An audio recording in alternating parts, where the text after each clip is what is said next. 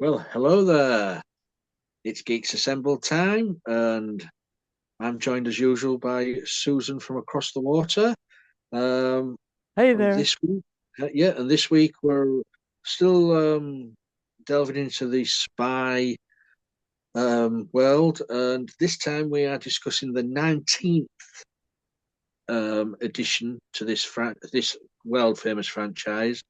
Of course, we are talking James Bond 007. Um, and this is The World Is Not Enough. Um, as you can see, I'm all ready for Christmas, and there is a little bit of Christmas in this, isn't there, Susan? Yeah, well, A little bit of Christmas in a character's name, of course. Of course, it's the threat of terrorism and world domination sort of thing, nuclear attack, and Bond is there to try and save the day. It's just, nearly that's what Bond does. That's what and this time played by Pierce Brosnan for I think this is his third outing as Bond out of his four. Um, so we'll go over to Susan. The world is not enough. Your opening thoughts. all right. Well, Bond is a pretty good skier, pretty Mm-hmm. good, Pretty good at everything, really. pretty good tube traveler, in more ways than one. And he's awesome at he's really pretty awesome at sort of flying and jumping and suspending from apparatus. You know, what my Alex has said over there this week was that he was Spider Bond, and I just was like, that's hilarious. I mean, okay, James Bond is great. I mean, yeah, he's got all of the skills, all of the spycraft, all the spy trade, all the sexual libido, all the sexual charisma, the sex appeal. He's great. I mean, and um, in this one, there are two paramours. There's uh, Electra King and Christmas Jones. Therein lies the person that Lee was referring to in his opening thoughts. And Christmas Jones is a nuclear scientist, and some people want to give her some sass and she doesn't take it. So that's why she becomes a Bond paramour, because she's sassy and strong and wonderful and okay. And she's played by Denise Richards, and a lot of people were like, Denise Richards as a Bond girl? Really? As a nuclear scientist at that age as well. Yeah, yeah, it's true. And so there was a lot of like, oh, I don't that's a little I'm just going to use this Brazilian thing of pulling down the my cheek away from my eye as like a statement saying, I don't believe you. Anyway,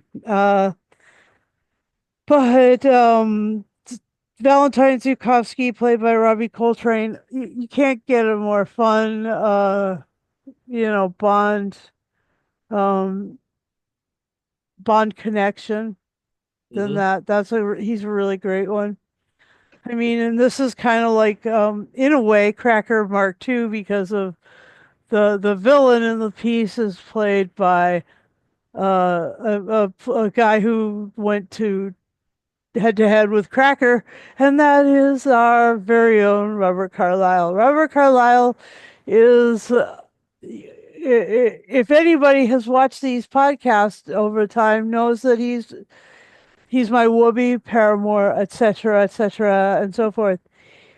He's just the best. He's really Scottish glory, and he is incredibly hot, incredibly fun, and incredibly good at playing bad guys. And in this, Renard has no. Oops. Renard has no ability to feel any pain because of a bullet lodged in his brain that's been eaten away at his cerebral cortex, which, you know, you'd say that that's actually a pretty good thing because he doesn't hasn't affected his ability to see, think, speak. But it seems like as soon as it touches the center of the brain, I think it's called the medulla oblongata, that maybe he won't survive that next touch.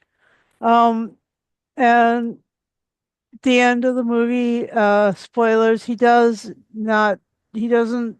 survive the movie. Well, most Bond villains don't, do they?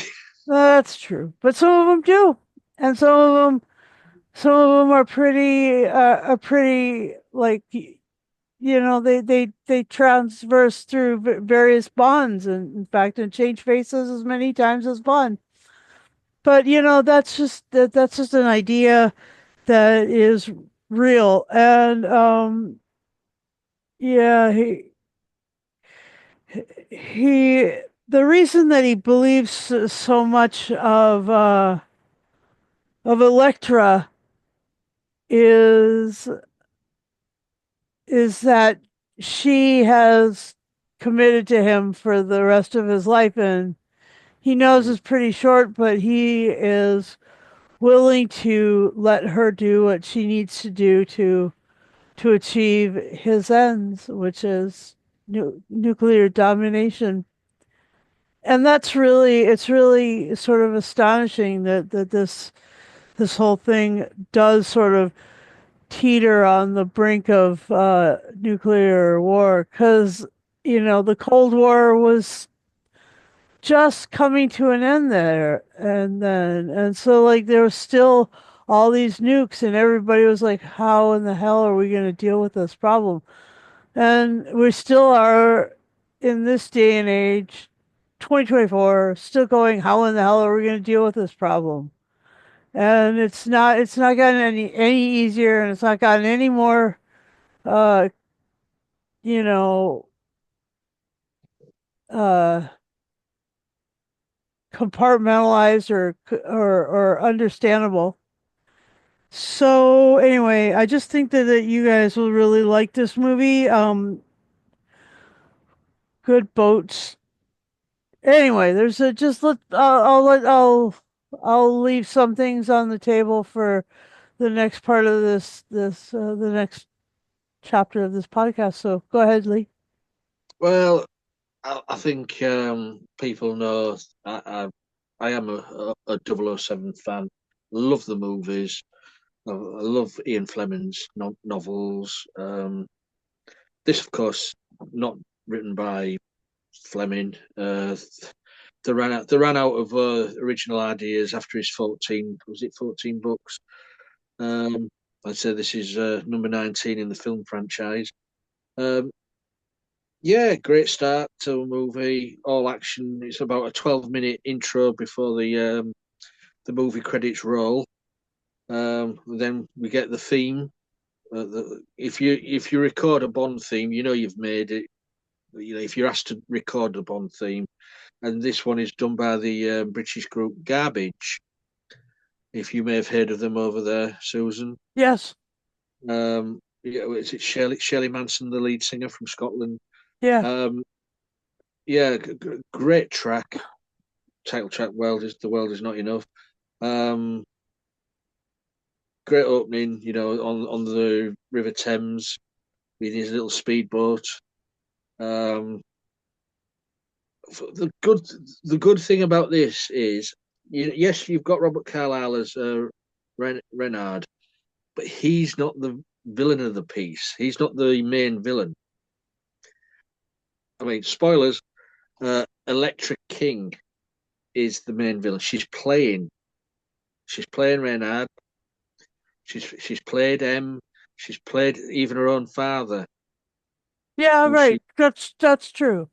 she's the main villain in this movie, and it's such a breath of fresh air to have a female villain.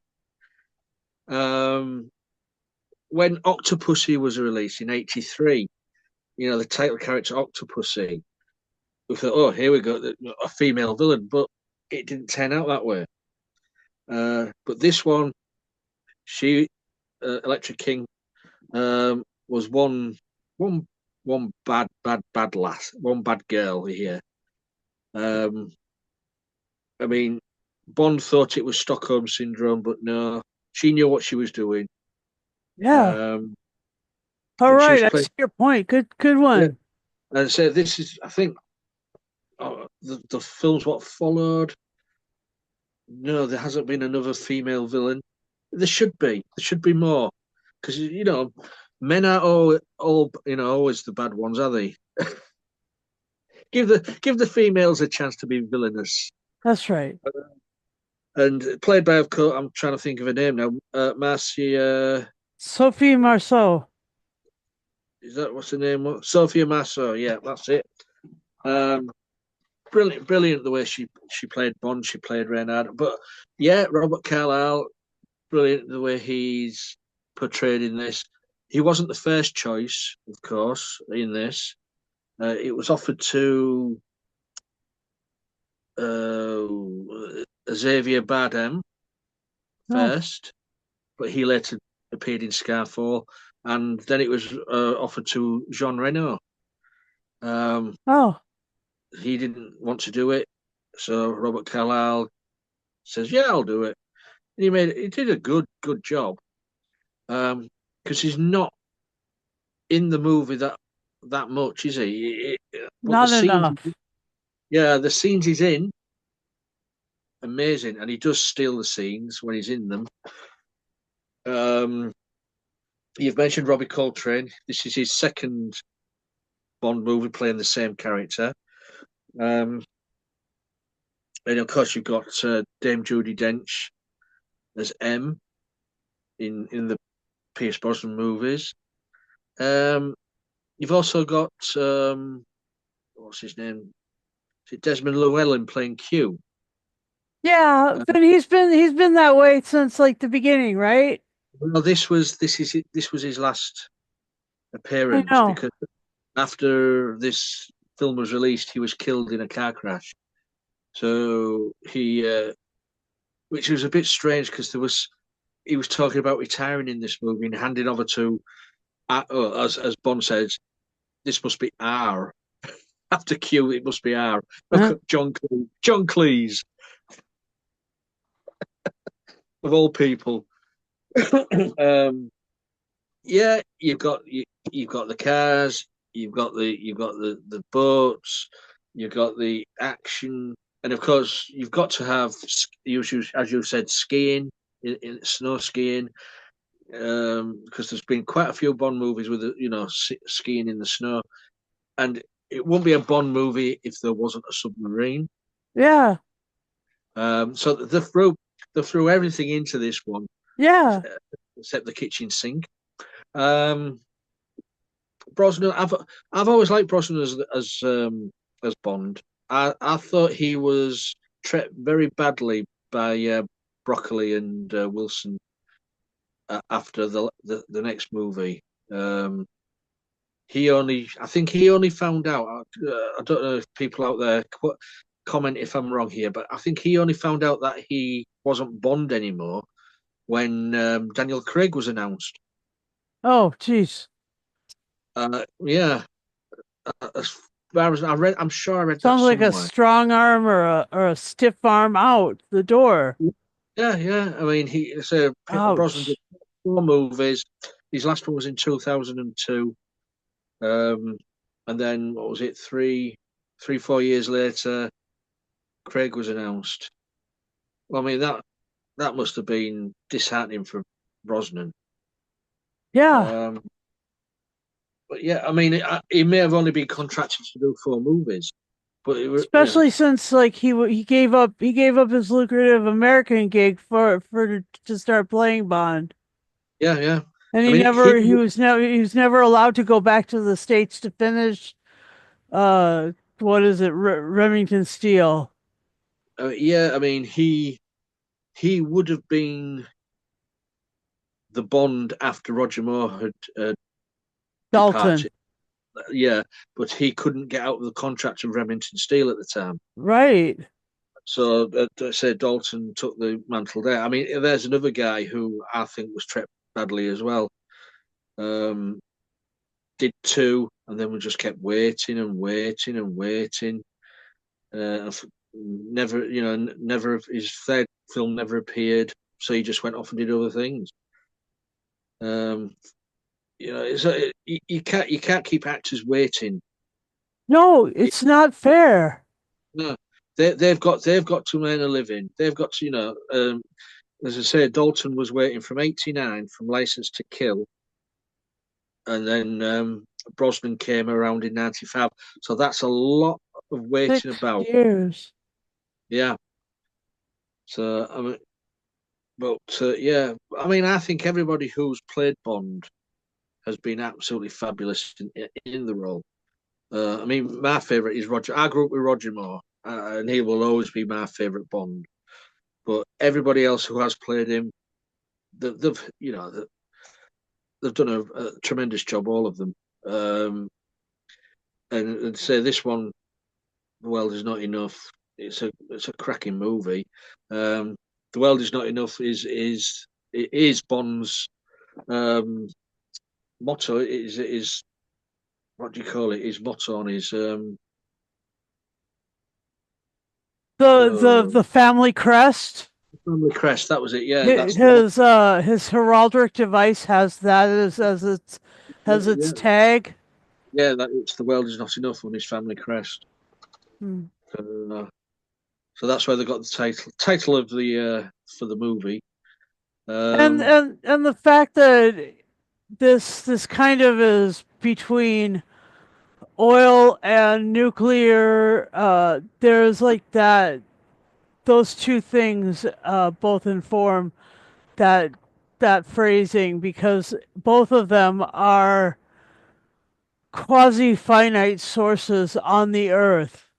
mm, And so you can only burn through so much uranium, plutonium, and stuff and have anything left the next step is, and then there's, you may run out of fossil fuels. yeah, true. So That is the world true. is not enough. Yeah, you look at it that way. Yeah. Yeah. Uh, So anyway, that was my take on that. mm, Especially mm, since, like, the movie starts with the credit scene is all about women dipped in oil. that's just being kinky, I suppose. No, but oil being like the beginning of the movie being all about oil, and the end of the movie all being all about nuclear. Yeah, yeah. I mean, Just a transition. oil. Well, it's black gold, isn't it? Oil. Yeah. Just there's people with the money want it, or want to make money from it and rule the world from it. Yep. Um, yeah. But yeah, as I say, a cracking movie. As we said with Denise Richards in this, her first scene in this, there she is in a little khaki shorts and vest, looking exactly like Lara Croft out the games. Uh-huh. Right? Yeah, yeah. So, because I hadn't seen this one for a while, so when I rewatched it today, I thought, well, yeah, Lara Croft. But I did, yeah. When I first originally saw this movie, I thought, she's a little bit young for that sort of character's qualifications and being a Bond girl. Um, but well, she must have done all right in the auditions. So Yeah. I don't know. So anything what stands out for you, Susan? All right. Well, I just gotta do credit also to Samantha Bond as Moneypenny. Yes, yeah. She's one of my faves from Sarah Jane Adventures and her little bits in Doctor Who and stuff. But she has got a very she's like she's like a light in the room whenever she's in a scene, and also she's got a big sort of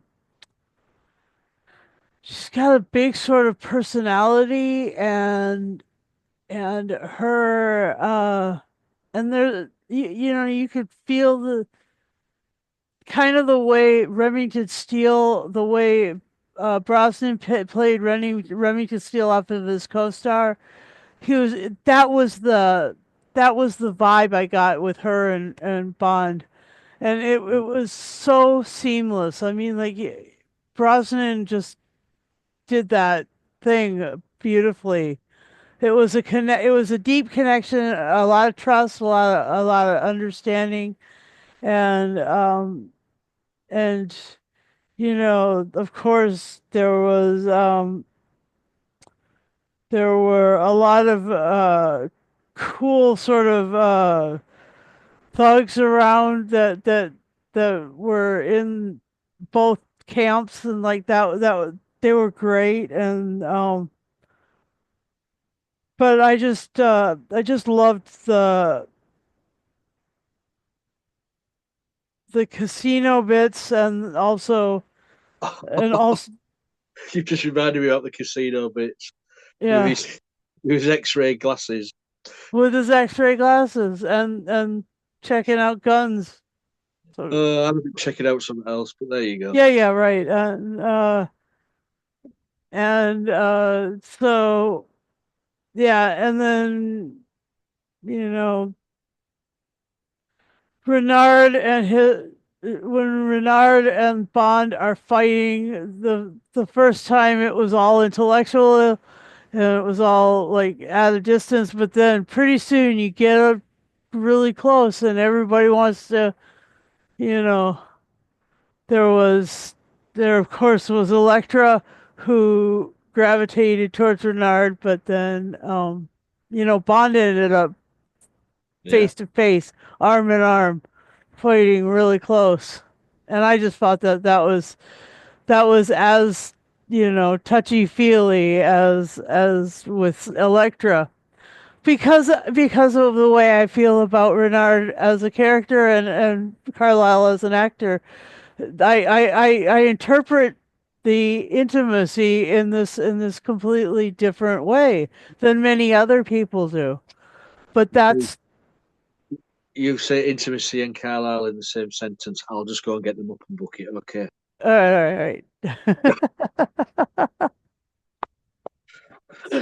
Yeah, so We that's what know it some. was. It was everybody wanted to be touchy feely with Renard, and that was the way it went. So yeah, that was great, and the fight in the submarine was really cool, and I don't know. You just don't It's, get any better. There was like these like intimate, like holding each other and then punching. Oh my gosh, it was great. It was so great. I suppose that when they're writing these things, how they have to have a different villain's demise because you Uh-huh. have to have a, the villain has to have a good send off. Uh-huh. It must be difficult for these writers to think, well, have we done this one before? Have we? have, because some villains are like Goldfinger, sucked out the aeroplane. Uh-huh. Um, who else? Trying to think. Hugo Drax kicked out into the airlock in Moonraker into space, In sort of thing. space. Hmm. Yeah, so they have to come somewhat different with the villain's demise, and I thought this was quite an interesting way for Renard to go. But Yeah, he wouldn't have felt any of that. you wouldn't have. No. So all of you know is, oh, that's in my chest or whatever, and then next thing is that his life's gone. Right. So maybe it was a blessing, really, because he was mostly knowing that his life was ticking away. Hmm. And since he couldn't feel it, you know, there's no worry that you know that it's too gruesome. Yeah, yeah, Yeah, it's always good to have a good villain demise in the Bond movies. Um, agreed. yeah, and just and I think one of my favorite scenes in this is the helicopter scenes with the giant. Parachutes? No, the giant. I'll call it a chainsaws. Oh yeah. Well, they weren't really chainsaws like cogs, wasn't they? Well, it Yeah. could have been like giant chainsaws They cutting up the. were they were there to protect the power lines from trees. It was an amazing sequence that. Oh my gosh. Yeah. They do with these any Bond movie. Have to they have to go better. Every Hmm. new one has to be more action packed, more over the top or whatever. Has to better the last one what's gone before. Yeah. Uh, It's true. so it's amazing how they keep coming up with these ideas. Yeah. Uh, Anything else, Susan? Um yeah, it was good to watch this and the Bond spycraft is it must have been hard for these people to write these stories to after the Cold War ended, but they did choose Azerbaijan. So like there was that sort of you know, Afghanistan, Pakistan kind of sensibility going on there. Anyway, Oh, that was interesting. Go ahead. what I do like is like a little nods to the past of the names of some of these Bond girls what have gone before. But with this one with Denise Richards is Christmas Jones, but then you've got the Doctor in this who Bond seduces, so she'll put him back on active service. Um, Molly Warmflash. Molly Warmflash, great great character names. I just love them. Only in James Bond, Molly Warmflash. But this yeah, in this one, Bond is quite vulnerable with his injuries. Yeah. Um, you know, because of his shoulder and that lot. So nearly all through the movie, he's in pain and agony, which is something new you don't see in the Bond movies. Yeah. And, and it was good as well. So this say was in 1999. Right. And what did they get in it? They got the Millennium Dome Yeah. in the opening sequence before it opened up for the Millennium celebrations. So it was good to get that into a Bond movie. Yeah. Yeah. Anything else, Susan, before we go to final say and score? Um no, that was it probably. Um I I liked Pierce Brosnan as James Bond Hmm. a lot. I thought that I know that Roger Moore was my Bond, was the first one I started watching, but Brosnan really was the second because I didn't see all the two Dalton films in order. I saw them after, Right. but our family was used to seeing a Bond movie, and so we saw all three of his movies right in the theater. And so that, or three of his movies in the theater. So that was really great. And so, yeah, that's pretty much everything. Yeah. I will So give this, I'll go ahead. Okay. Yeah, go on, go ahead. Yeah. All What right. did I'll give this one 10 ski jumps over 70 feet out of 10. That was so much. It was so high. I was like, yeah, anyway, 10 great ski jumps out of 10. It was really great. And Bond can't be beat. you? Yeah. I mean, I don't know where they're going to go with the franchise after the last movie. Uh, if you haven't seen, have you seen the last movie, Susan? Yeah. Um Alex and I were talking a little bit about the new 007. The Uh, the fact that she is uh